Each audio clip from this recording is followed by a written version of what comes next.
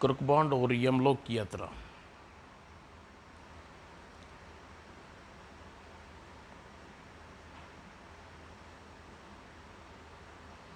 कुर्कबांड के नए हंगामे में पड़ा आपने, ये उसकी स्टोरी है। शुरू करते हैं दोस्तों। वह व्यक्ति ने साथ लेकर सेठ गूंगा मिल से मिलवाने चल पड़ा। सिर दी वह व्यक्ति उन्हें लेकर एक सजाए कमरे में पहुंचा। गुड इवनिंग सेठ जी। इवनिंग। तुम माल लाए हो? जी हाँ सेठ जी, यह रहा। ठीक है, यह पैकेट मेरे आदमी को दे दो और अपनी पेमेंट लेकर जल्दी से जल्दी यहाँ से निकल दो। तुम दोनों के आने से काफ़ी देर लगा दी। इस समय मैं एक खास व्यक्ति से बुलाया हुआ है, वह अभी पहुंचने ही वाला होगा।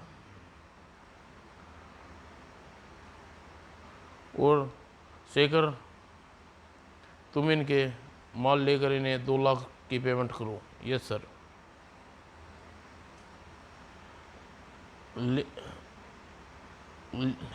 इन्हें इतनी जल्दी भी क्या है सेठ, ज़रा मेरे दर्शन तो कर लीजिए। कुर्कबांड, तुम? आपने बिल्कुल ठीक पहचाना सेठ जी।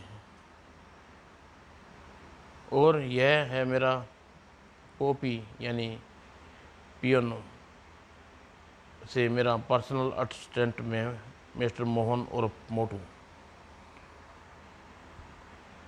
और तुम, मुझे विश्वास है सेठ, इस वक्त लंजू पंजू की जगह आपको हमारे आने की इंतज़ार होगा।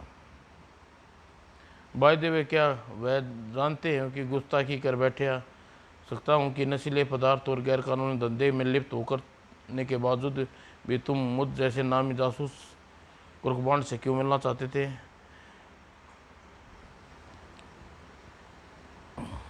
और अधिक, अगर किसी से अपनी जान को खतरा है तो यह बात मुझे आप अपना कौन सा मकसद पूरा करना चाहती है?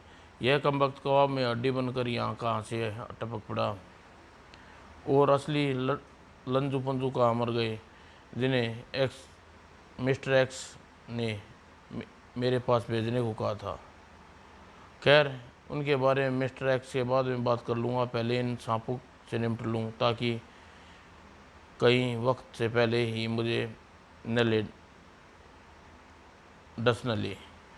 कहाँ खो गए सेठ जी? जवाब दीजिए, बोलिए, बताइए, आखिर यह सब क्या चक्कर है? सेठ, बाका कालिया पकड़ लो इन दोनों को। बाप रे, जल्दी से अपने मास्टर बॉल निकालूं, खैर वरना खैर नहीं। और परंतु इससे पहले कि कुर्कबांड अपनी मास्टर बॉल निकाल पाता, सेठ के आदमियों ने मोटू और पतलू को दबोच लिया। सर, कहाँ है? इसकी तलाशी ली जाए। कोई ज़रूरत नहीं है, तुम इसकी आत्मा बांध कर इसे गैस चैम्बर में डाल दो और मरने के बाद इनकी तलाशी लेते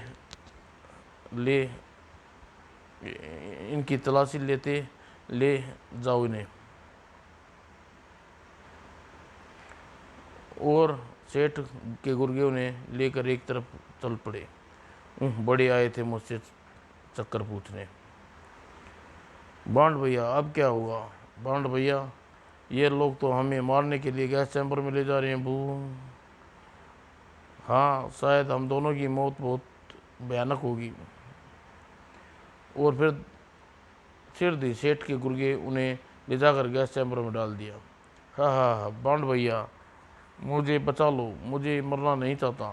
प्यारे मोटू, तुम्हारी जान तो मैं नहीं मैं बचाऊंगा, मेरी जान बच रही है। पता नहीं मेरी मौत के बाद मम्मी का क्या होगा वो। और बाकी गैस का बटन दबाओ। Okay boss.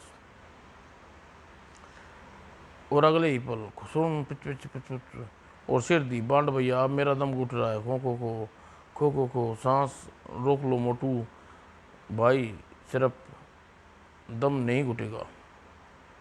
खो बांड भैया, लगता है मौत सामने देखकर तुम्हारी अकल पथरा गई है।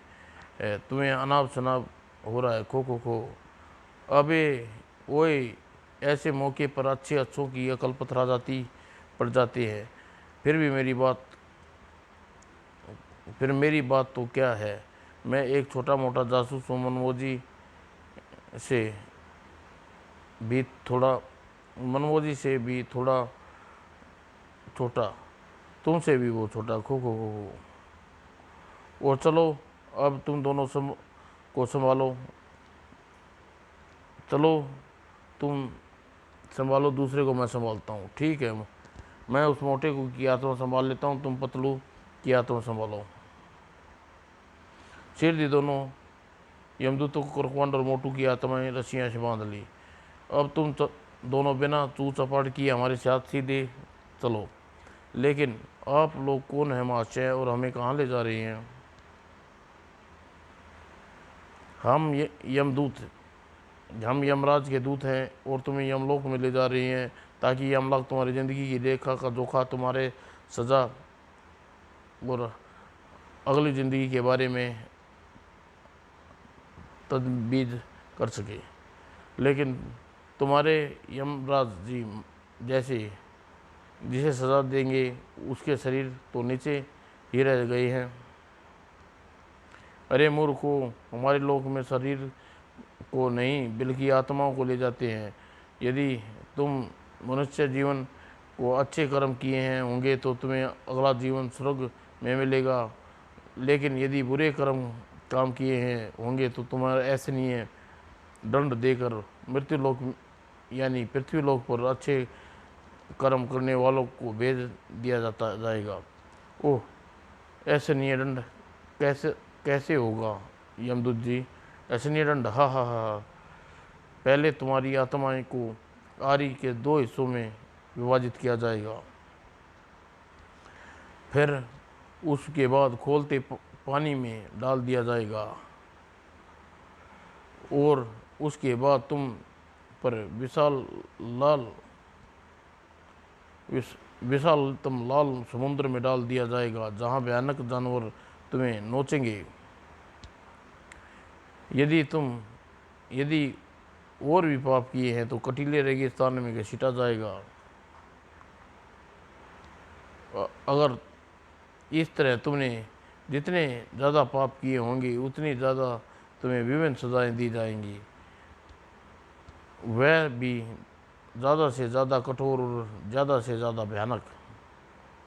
यदि हमने पाप से ज़्यादा पुण्य किए हों तो यदि पाप से ज़्यादा पुण्य किए हों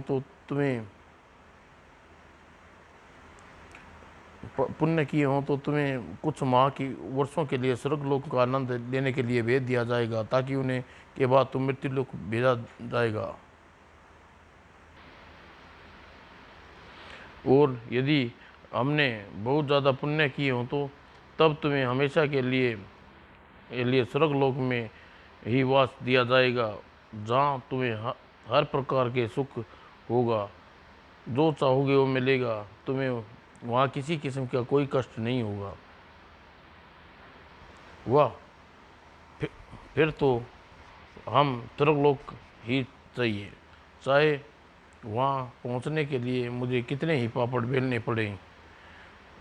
अच्छा यमदूत जी, एक बात बता दीजिए, यदि हमने कोई पाप किया ही नहीं होगा तो फिर हमें कौन सा लोक मिलेगा?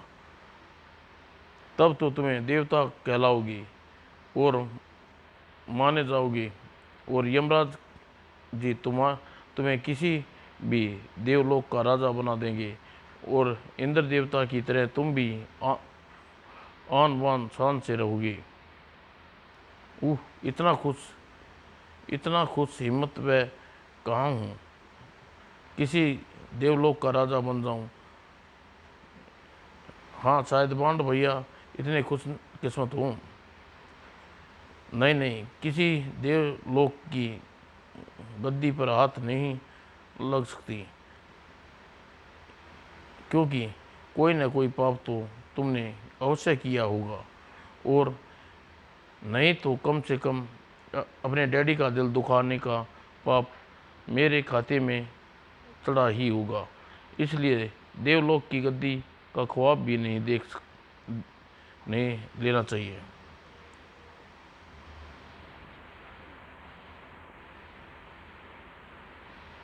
अच्छा यमराज जी, यमदूत जी, एक बात और वह बताइए, वह बस बस आगे एक भी सवाल मत पूछो, वरना तुम अपने वाहनों के मुंह में डाल कर ले जाएंगे।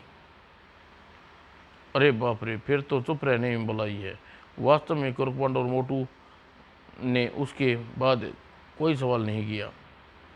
उधर सेठ मूंगादास की कोठी पर वो माल दोनों मर चुके हैं होंगे। एग्जाम फैन चलाकर ऑन कर दो और गैस को चैम्बर से बाहर निकाल दी जाए। Yes sir. और अगले ही पल न दिखाई देने वाली एग्जॉस्ट फैन ऑन कर दिए गए और गैस तेजी से चैम्बर से बाहर चली जाने लगी। खट। और जल्दी ही दोनों की तलाशी लो, इनके लाश के ठिकाने लगा दो। Yes sir. लेकिन कुरकुबांड और मोटू की तलाशी लेने पर सर, इनकी जेबों में तो कुछ भी नहीं है। इस मोटू की जेब भी खाली है सर। क्या बकते हो, अच्छी तरह तलाशी लो। वह पैकेट कुरकुबांड मुझे दिखाया था सर, इनके पास कुछ भी नहीं है। कुरकुबांड मोटू की तलाशी अच्छी तरह से ली गई और भीतर जब बाहर पैकेट पैकेट तो क्या कागज़ भी नहीं मिला। ओह, फिर वह पैकेट कहाँ चला गया? सर, मुझे आश्चर्य तो इस बात का हो रहा है कि इसके पास नया पैकेट मिला है, नए न सही, लेकिन इसकी जेबें में तो कुछ न होना चाहिए, जबकि इन दोनों की जेब में कागज़ का एक टुकड़ा भी नहीं मिला। हाँ, यह बात तो विश्वसनीय है। इन दोनों को बिल्कुल खाली जेबें तो यहाँ आ नहीं सकते सर। कहीं ऐसा तो नहीं इनकी आत्माएं की जेब में सारी चीज़ें इनके साथ यमलोक चली गई हों? सेटअप मूर्ख कहीं का। तभी सर क्यों चिल्ला रहा है? नाश की जड़ चिल्ला क्यों रहा है? सर, गजब हो गया, पुलिस आई है और कोठी की तलाशी लेने चाहती है। राम सिंह थानेदार पटाखा सिंह को बातों में उलझाया हुए है। ओह, यह पुलिस अचानक कहाँ से आप पहुँच गई? सर, कहीं ऐसा तो नहीं कुरकुंड के आने से पहले पुलिस को फ़ोन करके आया हो? क्योंकि थानेदार पटाखा सिंह कुरकुंड को काफ़ी मानता है और कुरकुंड की बदौलत ही वह थानेदार की पोस्ट पर पहुंचा है। हो सकता है यही बात है। सुनो, तुम दोनों फौरन ही इन दोनों लाशों को तहखाने में डाल दो और पुलिस तलाशी लेने के बाद यहाँ से खाली से चली जाएगी और लाशों को ठिकाने लगा देना। Yes sir. और कुछ व्यक्ति तुरंत ही कुरकुंड और मोटू की लाशों को उठाकर एक तरफ ले चल पड़े। शेखर, तुम भी जल्दी से के अंदर गैस चैम्बर को अंडरग्राउंड कर दो। Yes sir. और शेखर ने एक बटन दबाया और शीशे का चैम्बर घूमता हुआ फर्श के भीतर धंसता चला गया। और कुछ ही देर बाद वहाँ साधारण सा कमरा दिखाई दे रहा था। गुड, अब तुम लोग यहाँ अपनी टेबल कुर्सी लगाकर अकाउंट के कामों में जुट जाओ ताकि किसी को भी तुम पर संदेह न हो। Yes sir. और कुछ देर बाद गूंगामल लंबे लंबे डंग भरता हुआ ड्राइंग रूम की ओर चल पड़ा। उधर सेठ गूंगामल अपने ड्राइंग रूम में पहुंचा। नमस्कार सेठ जी। अरे इंस्पेक्टर साहब, आप कहिए। इंस्पेक्टर साहब, आपकी क्या सेवा कर सकता हूँ? कष्ट के लिए क्षमा चाहता हूँ सेठ जी, मुझे आपकी कोठी की तलाशी लेनी होगी। यह रहा सर्च वारंट दिखाने की कोई ज़रूरत नहीं है इंस्पेक्टर साहब। इस बस इतना बता दीजिए कि आपको हमारी कोठी की तलाशी लेने का यह अचानक ज़रूरत कैसे पड़ गई। मुझे विश्वास सूत्रों से पता चला है कि आपकी कोठी में नशीले पदार्थों के गैरकानूनी धंधा होता है। इसका मतलब यह हुआ कि कुर्कवांड ने इन्हें यह सूचना दी थी। चलो अच्छा हुआ इसकी लाश चैम्बर समेत कमरा हटा दी गई है। यह आप क्या कह रहे हैं इंस्पेक्टर से बोला। यह झूठ बोला। हमारी गैर कानूनी धंधा सारी सेठ जब तक तलाशी नहीं ले लेता तब तक इस संबंध में कुछ नहीं कहना चाहता। यदि ऐसी बात है तो आप शौक से तलाशी लीजिए। धन्यवाद सेठ जी। और फिर सारे तलाशी लेने में जुट गए और एक कमरे का निरीक्षण किया, लेकिन लैट्रिन और बाथरूम तक उन्होंने चेक किए, लेकिन पटाखा सिंह ने हाथ में कोई सबूत नहीं लगा जिसे प्रमाणित हो सके सेठ गंगामल गैर कानूनी धंधा करते थे। आचार्य कुर्कवांड इस तरह मजाक क्यों किया? क्या फिर कोई किया? फिर वह स्वयं कहाँ गया? मेरे लिए कोई और हुक्म इंस्पेक्टर साहब? हमें मिली इन्फॉर्मेशन गलत थी। आपको तकलीफ हुई उसके लिए माफ़ी चाहता हूँ। अच्छा अब इजाज़त दीजिए। और फिर कोठी से विदा लेकर पटाखा सिंह कोठी से बाहर निकला आया, लेकिन यह बात अभी भी उसे मन में खटक रही थी। नहीं, कुर्कवांड है, मेरे साथ ऐसा मजाक नहीं कर सकता। ज़रूर दाल में कुछ काला है। सुनो, तुम चारों सेठ जी की कोठी के सावधानी से निगरानी करोगे और जब तक आदेश न दूं तुम लोग निगरानी में नहीं हटोगे। Yes sir. और उसके बाद पटाखा सिंह बाकी सिपाहियों के साथ वापस लौट गया और निर्देश चारों सिपाही कोठी के चारों तरफ फैलकर कोठी की निगरानी करने लगे। तो कोठी की निगरानी की जा रही है सर। हमारी सर सिर पर एक और मुसीबत खड़ी हो गई। क्यों, क्या हुआ? सर, इंस्पेक्टर पटाखा सिंह ने वापस चला गया, लेकिन 4 सादा वेश में सिपाही कोठी की निगरानी पर लगा दी गया है और उनके रहते कुर्कवांड और मोटू की लाश को कोठी से बाहर जाकर ठिकाने लगाना खतरे से खाली नहीं होगा। यह तुम क्या कह रहे हो? मैं ठीक कह रहा हूँ। मैंने छत से इंस्पेक्टर को सब कुछ अपनी आंखों से देख कर आ रहा हूँ। ओह, यह तो वास्तव में बहुत बुरा हुआ। खैर, तुम ऐसा करो कि तुम उन दथीरों के बीजों को कोल्ड रूम में रख दो ताकि उनकी लाशें सड़े न, और 1-2 दिन में पुलिस निगरानी हट जाएगी, तब उसकी लाशों को ठिकाने लगा देंगे। यस सर, ठीक है सर। वो साले कम वक्त मर गए, लेकिन मरते मरते भी एक मेरे गले में बंध गई। हाँ, बाकी बिहारी तुम लोग ध्यान से सुनो। कुछ दिनों के लिए तुम लोग कोई ऐसा काम नहीं करोगे जिससे निगरानी करने वालों को कोई संदेश हो। समझ गए? Yes sir. और उधर सिद्ध यमदूत कुर्कवांड और मोटू को एक विशाल किंतु भयानक ढंग से बने महल के सामने उतारे। अरे, हम तो किस भयानक स्थान पर ले आए हो हजूर यमदूत जी। यह आप किस नरक में ले आए हैं? हमें कुछ बताइए। आखिर कब तक हमारी बोलती बंद रखेंगे? खामोश मूर्खों, यह नरक नहीं बल्कि यमलोक है। यहाँ तुम्हारे पाप और पुण्य का फैसला हुआ। ओह, तो यह भयानक शहर यमलोक है। उप, ये यमलोक तो कहते थे कि हमारी पृथ्वी यानी मृत्युलोक ही सब लोगों का सबसे भयानक है। सुनो, तुम दोनों वो चुपचाप हमारे साथ महल के भीतर चलना है। यदि तुम कोई शोर शराबा किया तो महाराज यमराज जी तुम कोई भयानक दंड दे सकते हैं। चलो।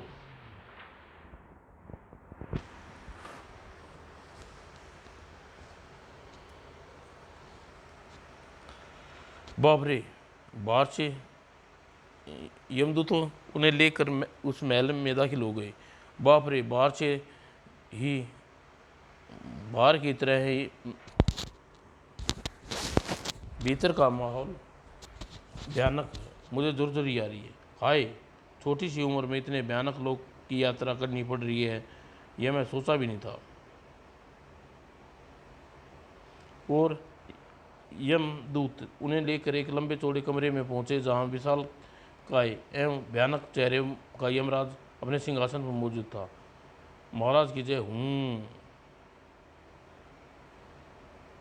और भयानक शकल सूरत देखकर उनके अपने पिताजी धमाका सिंह की याद आ गई, और अगले ही पल सिंहासन पर बैठे यमराज को अपने पिता धमाका सिंह ही रूप में दिखाई देने लगे।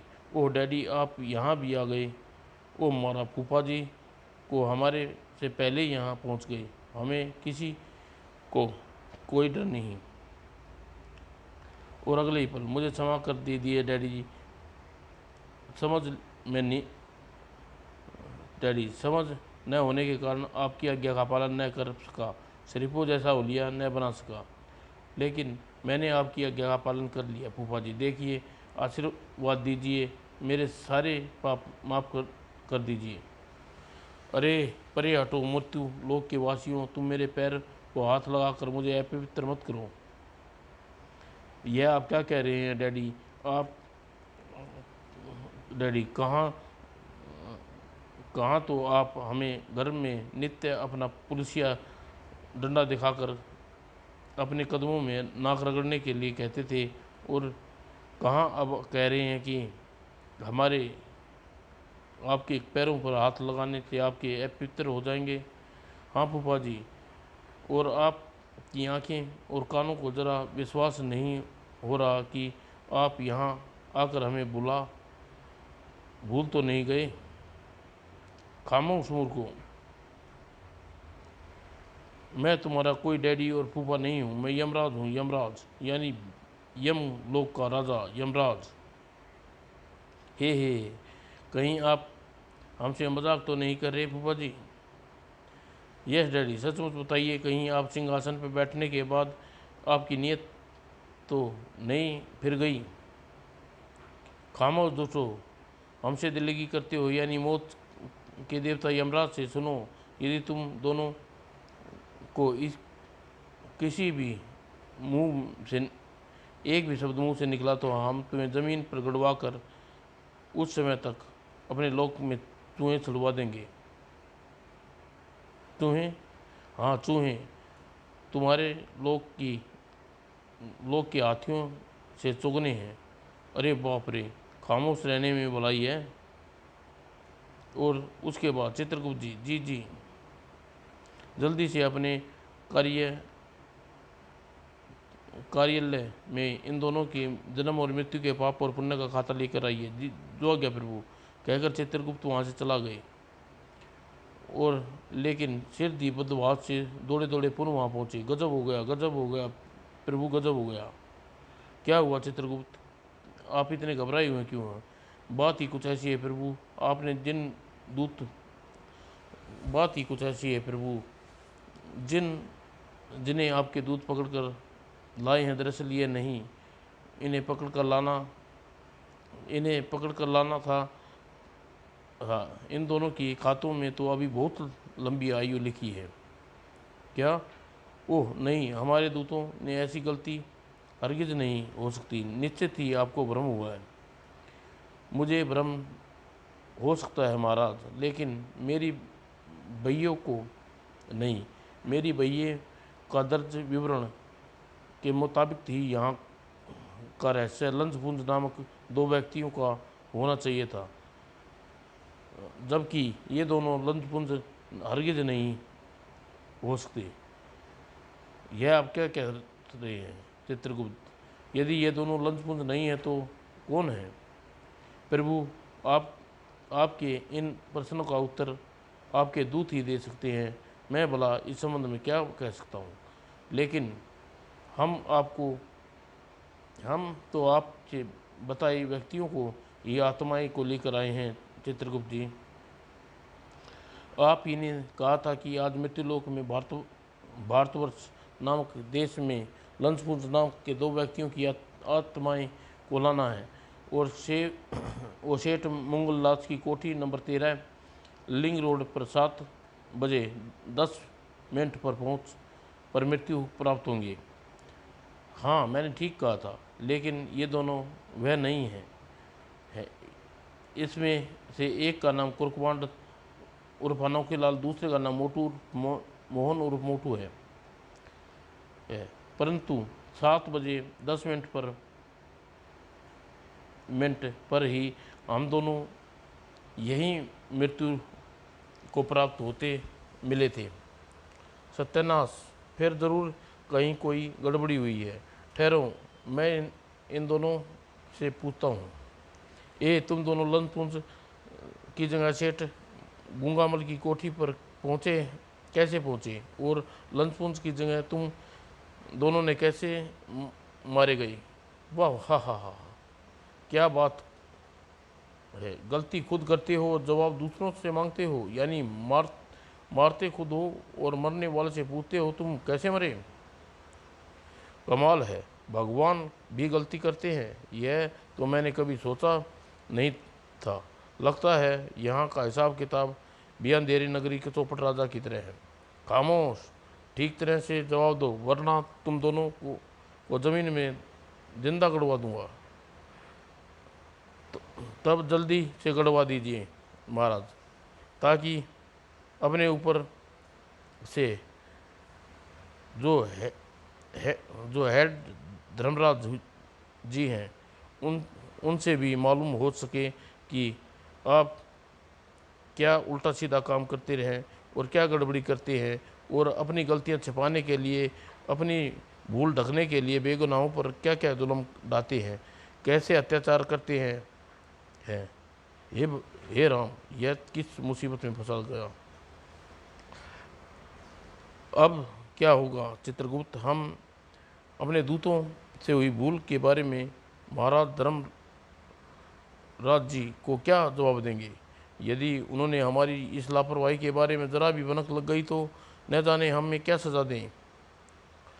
मेरी समझ में तो केवल एक ही उपाय है महाराज, इन्हें तुरंत मृत्युलोक पर धक्का देकर इनका शरीर वापस प्राप्त कीजिए, वरना आपकी खटिया खड़ी होने के कोई नहीं रोक सकता।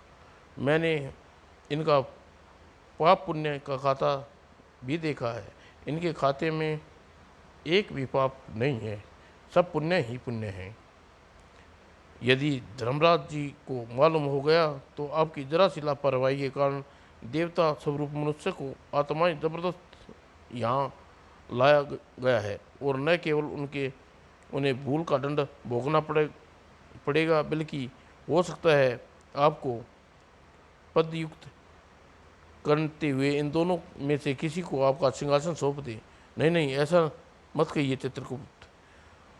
तुम अपने आप को छोड़ नहीं नहीं, ऐसा मत कहिए चित्रगुप्त जी। हम अपने आप को छोड़ सकते हैं, लेकिन सिंहासन को नहीं।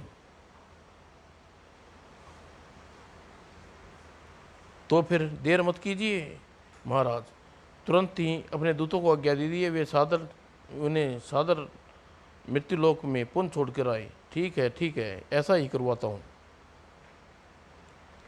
और यमदूत, जाओ इन्हें अजीज मेहमानों को बाइज्जत लेकर स्वर्ग इनके लोक में पहुंचा आया हो, और ध्यान रहो हमारे दोस्तों को मार्ग में किसी किस्म की कोई तकलीफ नहीं होनी चाहिए, और इन्हें आरामदेह वाहनों पर ले जाया जाए। जो आज्ञा महाराज। और सुनो, इन्हें स्थान पर लंचपुंज को लेकर आना न भूलना। मेरे विचार से अब तक सेठ गूंगामल की कोठी पर अवश्य पहुंच गए होंगे। जी महाराज, जी महाराज। मेरे प्रिय मित्रों, तुम्हारे हमारे दूतों ने छोटी सी गलती आप दोनों को कष्ट उठाना पड़ा, उसके लिए क्षमा प्रार्थी हूँ। आप दोनों इनके साथ जाइए, आपको पुनः आपके शरीर में पहुँचाएंगे।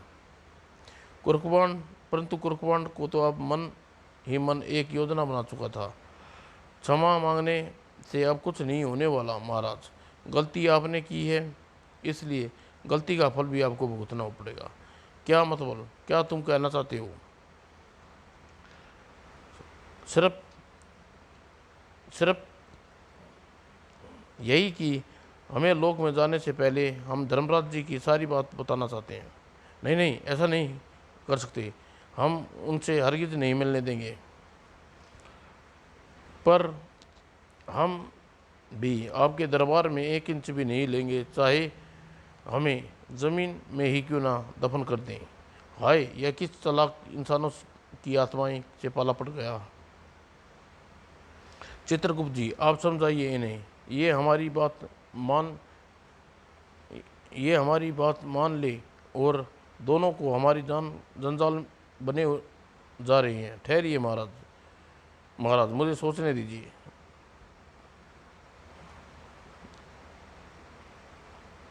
दोस्तों, आगे कॉमिक्स पेश है, कुर्कवान और स्वर्ग में हंगामा।